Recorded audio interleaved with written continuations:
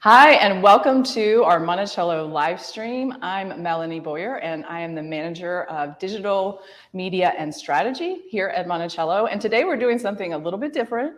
So it might be a little different than what you're used to seeing on our live stream, but we're really just going to pull the curtain back and talk a little bit about what we do here at the digital department at Monticello. There are a lot of us here, and we do a lot of stuff. Since the digital department was formed in 2021, we produce live streams and videos and podcasts, electronic field trips, live virtual tours, the website. So much stuff happens here in the digital department. So we wanted a chance just to let you get to know us a little bit and what we do. And we also want to hear from you. As we're thinking ahead to 2023, we'd love to hear from you about what you would like for us to cover.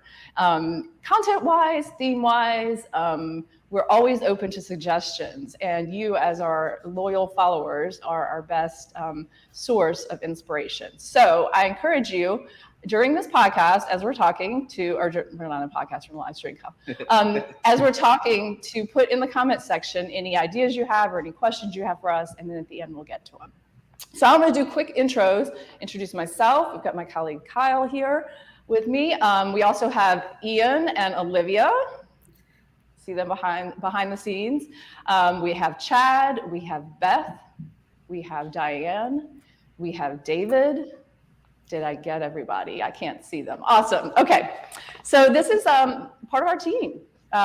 We have different roles, and we're going to talk a little bit about what we do and what we produce.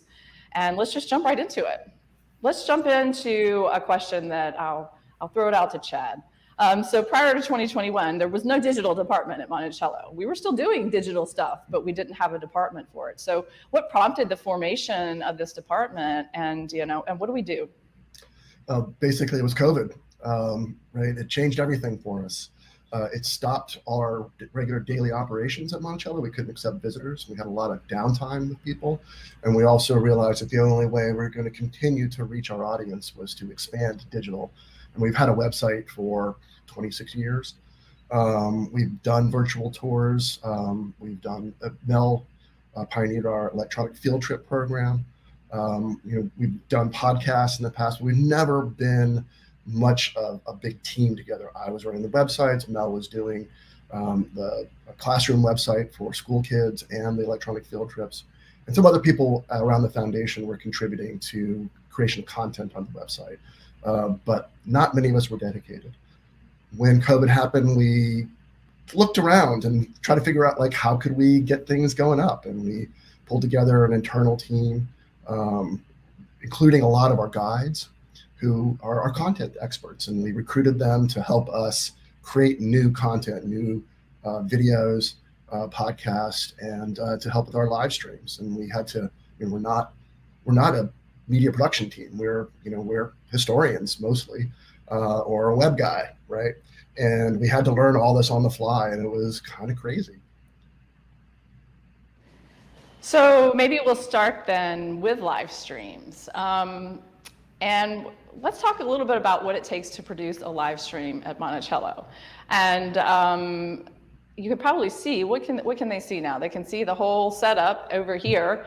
You can see just where we're located, the space we're in is the North Pavilion. And this is where a lot of our live streams happen. If you've been to Monticello, it's a brick building at the end of the terrace. So we're right near the house. We can look right out the window and see Monticello, but this has kind of been our base for many of our live streams. But I'd like to hear from Chad and Ian and Kyle, any of the others about, so how did this start, and what does it take to produce a live stream here at Monticello? Well, it took a lot more than we thought it was going to take originally. We, as we were getting ready, our first live streams that we produced ourselves, we actually turned to a group to help us. Meanwhile, we were buying cameras. We were trying to figure out exactly how you get stuff high quality into a computer that then goes out to the world so that they can see what's going on. That was fun. We had to buy new equipment, including lavalier mics, and then we had a lot of fun with that. But then, as we started doing this, we realized that we really needed a dedicated team. We need people who could be in front of the camera, and who could be used to doing this, get comfortable in front of the camera. We need people behind the camera, people who like dedicated. I am operating this camera, someone who's dedicated to looking at the live stream as it is on the computer and kind of making some of the shifts you're seeing right now.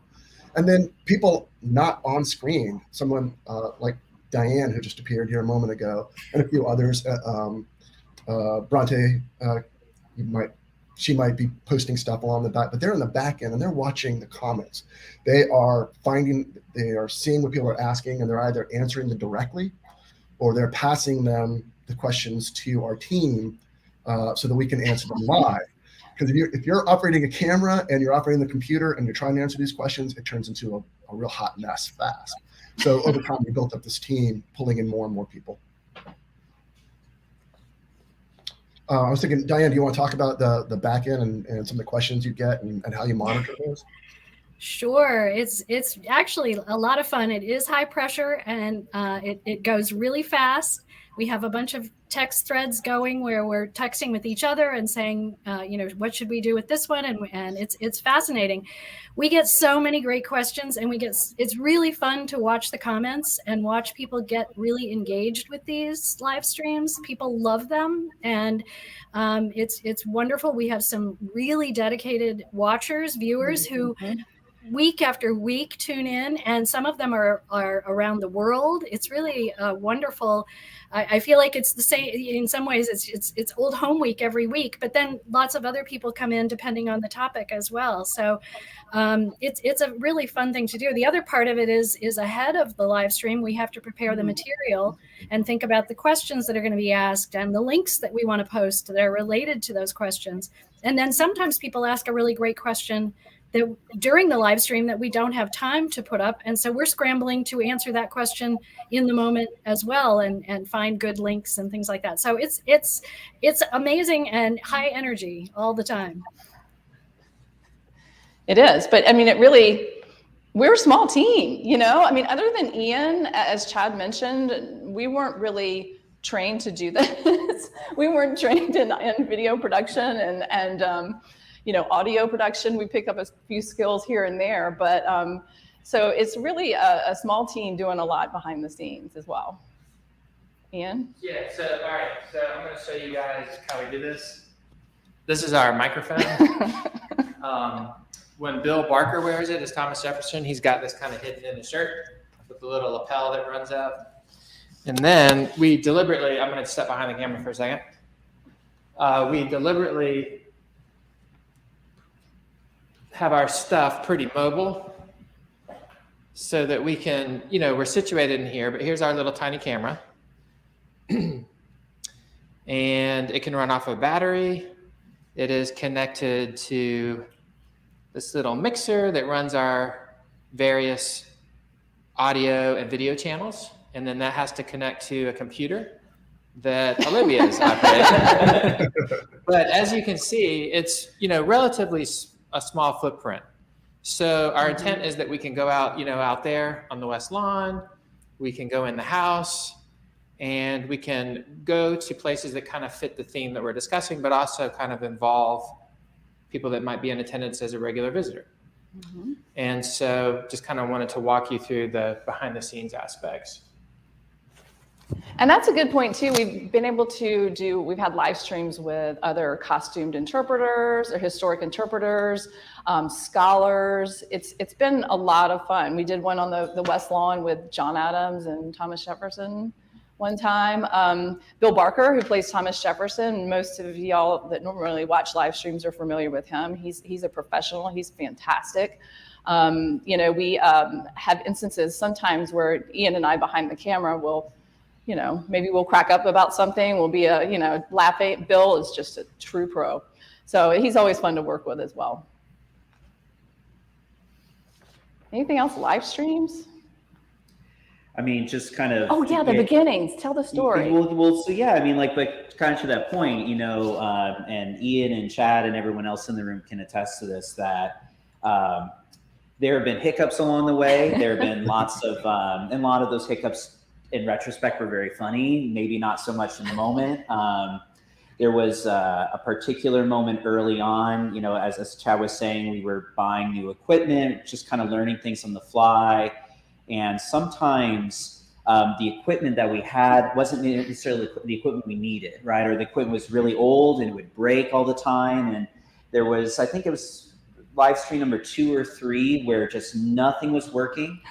And it was me and Chad and Ian and I think Bill and our colleague Mikey, and it wasn't working, our tech. And so what we did was we turned to Mikey, who had his phone with him, and we taped the phone onto the camera rig and connected it all and started filming from Mikey's phone, which, we were still learning things, right? But we're also the Thomas Jefferson Foundation. It kind of looked a little silly at first, but we were figuring it out.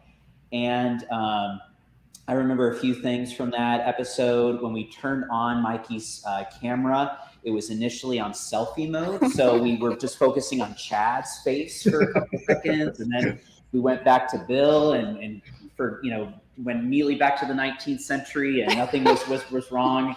And I remember also during this live stream, about 30 minutes in, Mikey's he's off over here. And he's making all these signs to us, gesturing to us, and no one can understand what he's trying to say. And so I snuck beneath the iPhone, got all the way to the other side of the room and talked to Mikey. And he whispered into my ear and said something to the effect of, "I think my phone is going to die soon." And so then all of a sudden it became, well, how do we wrap up this live stream in like 10, 15 minutes and do it, nicely without Mikey's phone dying before then. So there was all kinds of moments like that. But I think we finally got into a place where we feel a bit more comfortable with our tech setup and how we do things. But there were some hiccups. Oh, there's still hiccups. Yeah. Yeah, we still have some hiccups every once in a while, especially with audio. It seems to be kind of tricky. Yeah. Any other funny stories or interesting stories that Chad or Ian, do y'all want to jump in about? Olivia, too? I think that was the one that really kind of got me. That's the one that really stands out to us. We did have to one time on the West Lawn, speaking of doing a West Lawn one, and Mikey was running the tech on this one too. We had to tape an umbrella. Remember that, Ian? We had to tape an umbrella to the back of, what did we even end up taping it on? It wasn't a chair. We taped it on the table. Yeah, and it was kind of slowly dropping as we were doing our live stream, but because the glare on the camera, on the laptop. So, we've made things work over the past couple of years. Okay, well, let's switch a little bit and then talk about podcasts, because this is another thing that we do a lot of here at Monticello. So I'll turn it over to Chad, and maybe you can introduce it. Sure. Podcasts are one of my favorite things that we get to do with the digital team. This is something we started way back in 2000s. We had a podcast program. It was kind of hit or miss. It didn't really have a format. We just kind of tried to get things up as we could and kind of let it die for a little while. But I was in the midst of really trying to revive it when COVID hit, and we'd come upon this nice little format where we called it In the Course of Human Events. And we would have somebody tell a story from the history of, from Monticello about Jefferson, but it also could be about the Thomas Jefferson Foundation or people after, just something that had to do with Monticello or Thomas Jefferson. And we would bring in some people to listen to the story and comment on it, react to it, and add a little color and background. And then we would layer it with some sound design.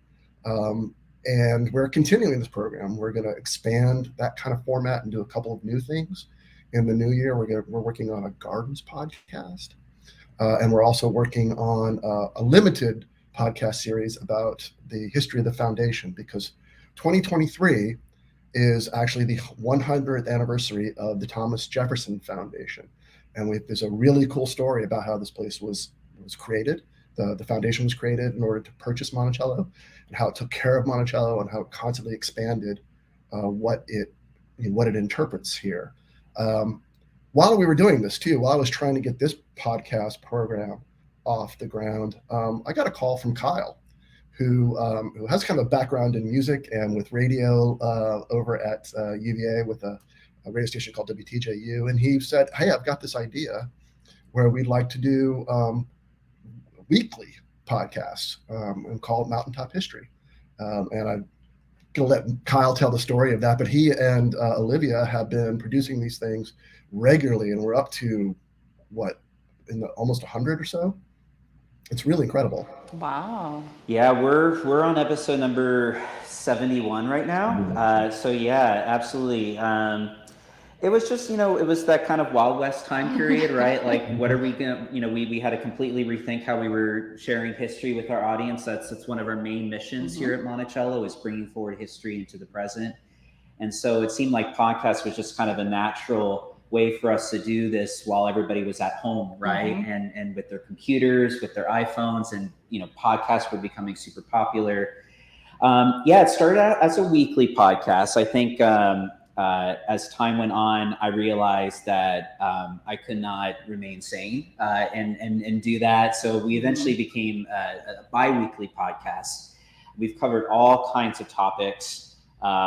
And topics as diverse as Margaret Bayard Smith traveling to Monticello and her story and her role at the founding of America, to talking about trees that you can find on the mountaintop, to, of course, talking about Thomas Jefferson and his contributions to American history and everything in between, and all kind of thinking about American history from this time period, but also connecting it to the present.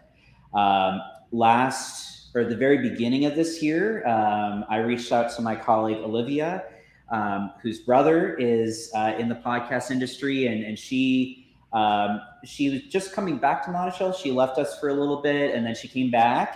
We were happy to have her. I had not met Olivia before, and she was saying that she wanted to become more involved, and I immediately thought, well, why don't we have you join the podcast team? And I will say Olivia has added so much to the team. One of them just being she has kept the ship in a straight line. She created a whole schedule for us. She's constantly brainstorming and thinking about things that we can do. And you can access. I should have just started off with this at the very beginning. You can listen to these podcasts on Google Podcasts, Apple Podcasts, on Stitcher. Just look for Monticello Podcast. That's where you're not only going to get mountaintop history, but also In the Course of Human Events, presumably our garden podcast when it starts coming out, and all those other great projects. You can also get it on the Virginia Audio Collective, which is something that WTJU has created. WTJU is the University of Virginia's local public radio station. And if you go on there, you can see and listen to those 71 podcast episodes. Olivia has done so many of the most recent ones. And we're always excited to hear from folks who've listened to them. And we think it's definitely something you can binge. There's just a ton of material out there. So if you're on a long drive and heading to Monticello, you can listen to them on the way. And you've had people recognize your voice, Kyle, right? Yeah, it's been a bit funny. One of the coolest instances was I was giving just an introduction on the steps of the house to just normal everyday visitors. And someone walked up to me after I gave my intro and they said, "Are you the Kyle Chatterton?" And I said, there's no way to address me. But she was very cool. She introduced herself. She said she was a guide at the John Adams National Historic Park up in Quincy, Massachusetts. And she was just saying, us John Adams guides, we listen to your podcast all the time. Aww. And it was kind of that really nerdy moment, but also at the same time, it was just cool to interact with people who listen to our podcasts. That's awesome. Yeah. Do you or Olivia want to talk about some kind of like funny or interesting things about the podcast? Yeah, I'm going to hand it over to Olivia. Here you can see us doing some great behind the scenes work while I put the microphone on my sweater. And here we are. So as Kyle said, I was able to join the podcasting team at the very, very beginning of 2022 and was really interested in getting into it. Family connection. My brother runs a podcasting company and he gave me a lot of great advice, and we were able to really kind of get some more great episodes out there. I also have been recognized one time. Oh, awesome. I was on the shuttle ride up, and someone, a family, a mother and her 2 teenage kids, they were there, and she turned around and she was like, "Are you Olivia from the podcast?" And I was like, "Yeah." And she goes, "We just listened to your podcast on the drive here." And I was like, "This is the only time I've ever been recognized like in person for it." That's crazy. And it was awesome. We've had really the great opportunity to work on some really great content for this podcast. One of the things I enjoy working on is being able to bring forward stories through the podcast that we don't always get to tell on tours. Kyle and I are both tour guides on a regular basis.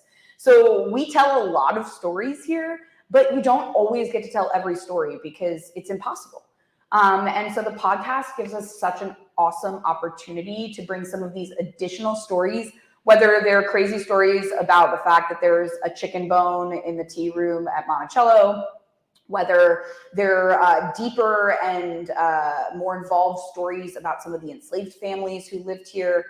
These are stories that we don't get to tell every single story every day on every tour.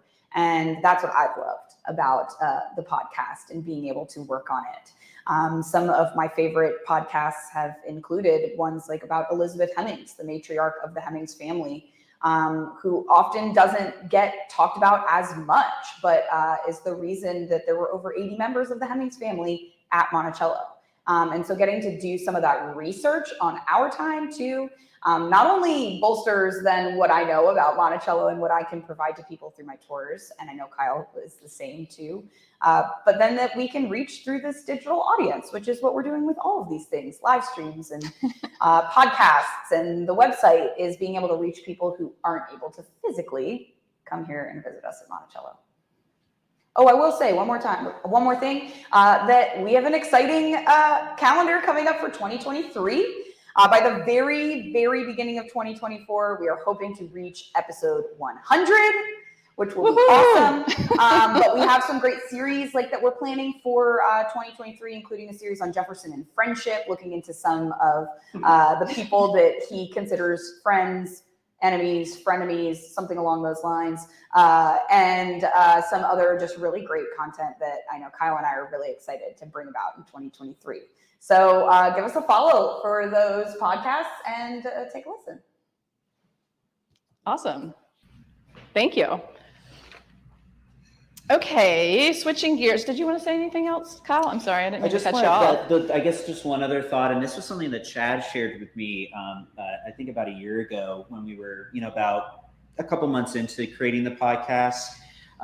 He told me that one or a couple of the teachers in Albemarle County were listening to our podcast, The Mountaintop History, and were using it as part of their curriculum. Awesome. And having their students think about how they can bring history forward through cool formats like podcasts and YouTube videos. And it's just like one of those cool moments, right, where like, I think a lot of us, when we're doing things like this, we're having fun, but it's so cool when you see that education connection, right? Oh, yeah. Like how a teacher can see the power of what we're doing and is putting it into their own school curriculum. It just completely reinforces the idea that this digital programming is such an important part of the bringing history forward that the mission that the foundation has. So absolutely, and that's kind of a great segue into what we were going to talk about next, because you're right, and not only do teachers use things like the podcast, but our videos, our websites,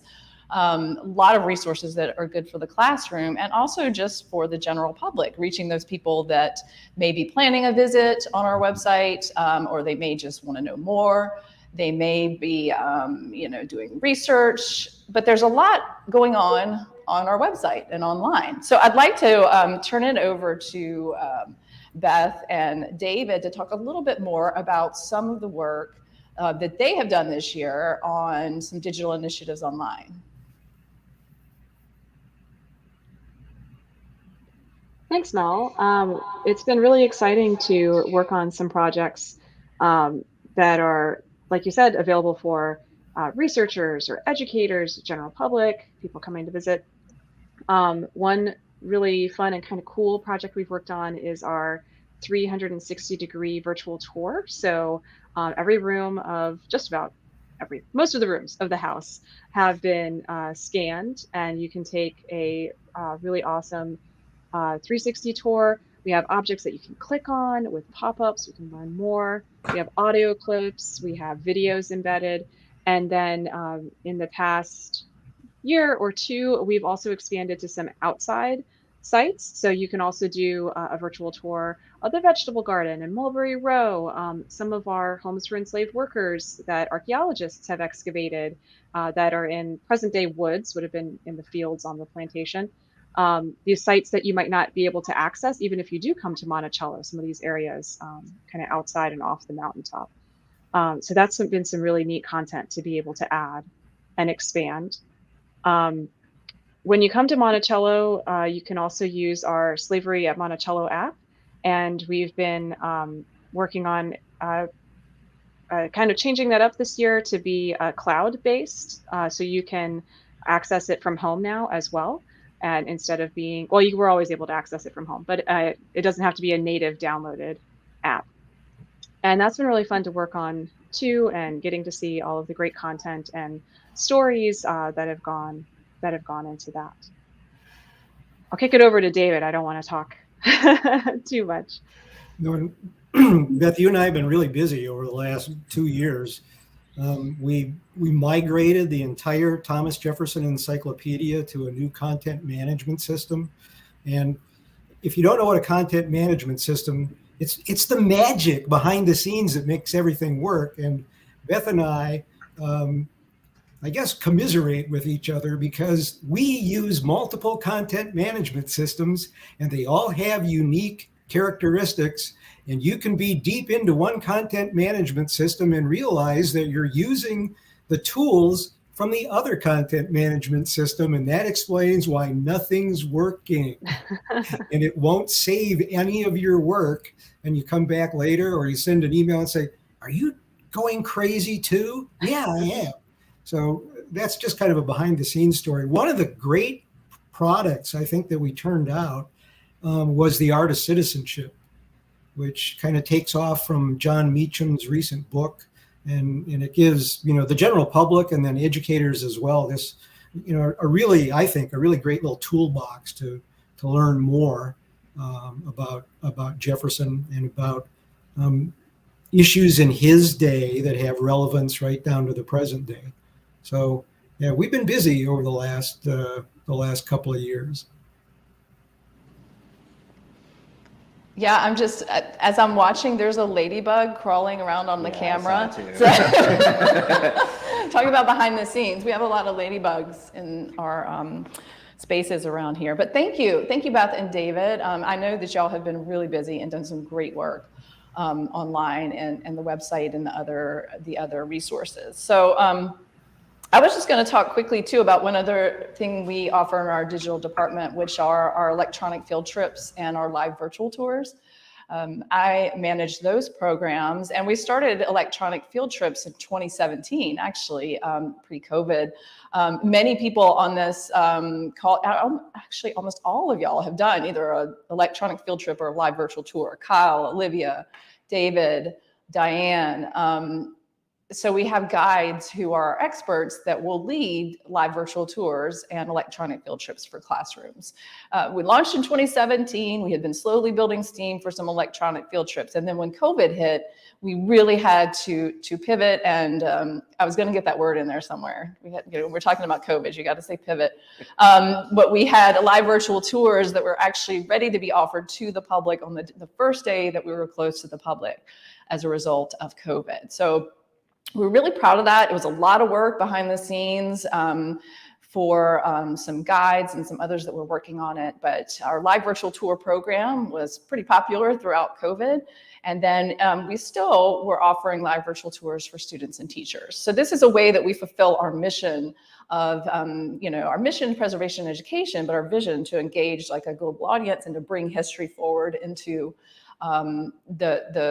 bring history forward. So it's a really good program. We reach thousands of students who would otherwise not be able to come here. I was reminded before this live stream started, we were chatting about it a little bit, and there were David, I think, was leading one in Wisconsin, and he had a bunch of kids that were on dial-up. We've done ones to different countries, South America, Japan, Europe, even Africa. And so it's been a really great resource for teachers and students to be able to access Monticello and the work that we do here in a different way that was not available in the past. So just wanted to give a little shout out to those tours that we do offer, and it's just a different way to engage an audience, an education audience.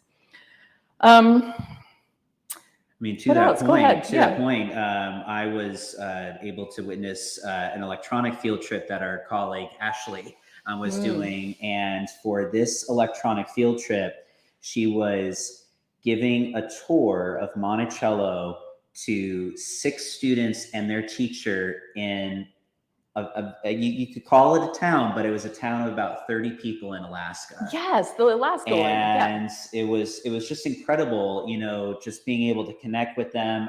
The highlight of that experience for me was, it was, I think, December, and we were talking about how, you know, like, what's the weather like back there? It's a bit cold here. It's 20 degrees. And the teacher's response was, well, it's warmed up a little bit over here. It's about -15 today. But it's still very cool that we, you know, thousands and thousands of miles can bring that history to that classroom in that little town in Alaska. Yeah. And I just have to give a big shout out to the guides, because y'all are awesome. Any and all of our guides who have been involved in electronic field trips and live virtual tours, it just made my job easy. I mean, y'all already knew all the content, and were able to deliver it. So it's a real team effort, and it's continuing. It's continuing on. So we're going to keep trying to reach those kids out in Alaska and everywhere else. Okay, well, that's about all I had. I mean, there's definitely a lot going on. We're busy. We're going to be getting a studio. That's another fun thing. We will be getting a studio here at Monticello, so we'll have more space in order to produce our content, and also invite our colleagues to come and produce content as well. We really do want many people here at Monticello in many different departments to be represented. We as a digital department feel that we are representing and amplifying the work, all the good work that happens here at Monticello with our scholars and our researchers and our guides and curatorial archaeology. We really try to highlight and feature a lot of the good work that happens here. So we'll continue doing that. Maybe some of it will be from a studio, but did we have any questions? I don't know that we had any questions online or any ideas that we wanted to. I'm checking my phone because that's how we get questions.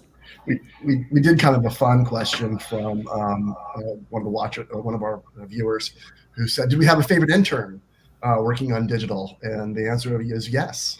We had over this past summer, we had a young lady who actually had been tuning into these live streams for more than a year at that point, and she came on and helped us for the summer. Bridget, it was great, and we miss her. And she's watching today. So hey, Bridget. Yeah. That's awesome. But thanks for coming in, and thanks for tuning in. Thanks for coming in, and thanks to everybody who tunes into these regularly. Really appreciate it. It's good to see the names over and over again. Yeah, well, I guess if that's it, we'll wrap it up. Hold on. Oh, where the studio is going to be located. It's going to be on site at the Visitor Center at Monticello.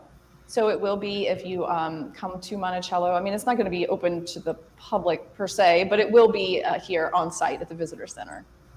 And it's gonna allow us to do a number of things. We'll be able to broadcast from there in a less echoey room than we broadcast right now. It's nice to have that, right? It's really nice to have the North Pavilion, which is it's an original structure, but it's not used very much. However, it's not built for really production. We hope to have a green screen. We'll have a podcast area, and we'll be able to support more participation. And if you haven't really gathered, one of the big things about our digital efforts is we try to include as many people. We bring as many people in as we can. We take ideas. When Kyle shows up with an idea, we embrace it because we need content. We want the content to get out there. And this new studio will help us produce more stuff and include more people. And we're looking forward to it. It is really down to the visitor center. You can't really find it very easily. We do hope at some point to get some people down from the public and maybe to partner with people in Charlottesville to use it, because we don't think there are many studios like it in the area. So it won't be just Monticello's studio. We hope it'll be a community studio as well. Awesome. Any other questions? Is that it? Okay. All right. Well, I just want to personally give a huge shout out to everybody here in this room The ladybug and keeps attacking online. me. The ladybug is attacking Kyle. But you know, this is a great group of people to work with. Everybody really loves what they're doing, is passionate about the work, and makes it fun to come into work. So thank you to all of you here. Thank you to all of you watching at home for sticking with us, and let us know if there's something that you'd like to see. You know, we're always happy to hear from you all. All right, that's a wrap, y'all, right? Where's our clapboard? Bye, everyone. Happy holidays. Happy holidays.